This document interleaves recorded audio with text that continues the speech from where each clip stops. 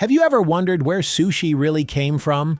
Today, it's a global symbol of elegance, served in fine dining restaurants, carefully plated, and often paired with rare ingredients. But sushi wasn't always about style or status. In fact, its earliest version was created to solve a very simple problem: how to keep fish from rotting. Long before refrigerators existed, communities in Southeast Asia faced the challenge of preserving fish for long periods. The solution was fermentation.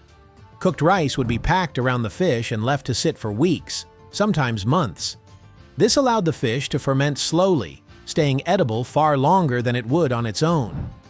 The method eventually made its way to Japan, where it became known as nare sushi. The rice wasn't meant to be eaten, it was thrown away. Only the fermented fish was consumed. It was strong-smelling, sour, and far from the elegant dish we know today. But it worked, and for many fishing communities, that's what mattered. In coastal Japan, fishermen and their families relied on this method to preserve their catch. It helped them survive harsh seasons and long journeys at sea. Back then, sushi was a practical solution, not a delicacy.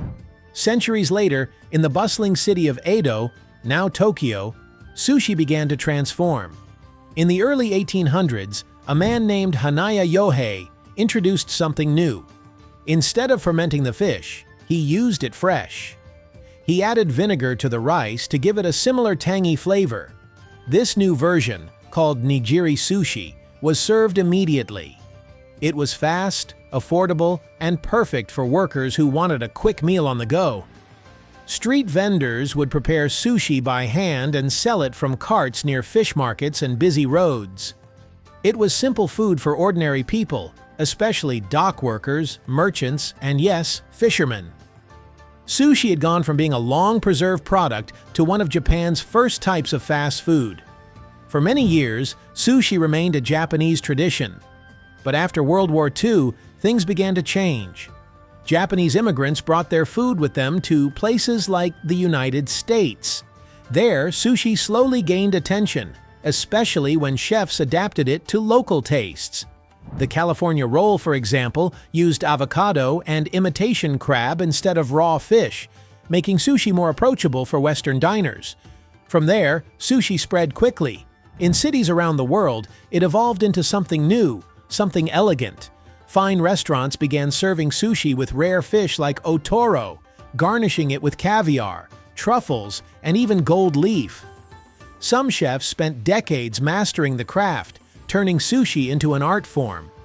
What once fed fishermen and laborers was now a luxury experience. Sushi's journey is one of transformation, from a way to preserve food, to a quick bite for busy workers, to a symbol of taste, skill, and global culture. The next time you sit down to enjoy sushi, remember, you're tasting more than just fish and rice. You're experiencing a dish shaped by centuries of history, survival, and creativity. That's the story of sushi, a simple food that never stopped evolving.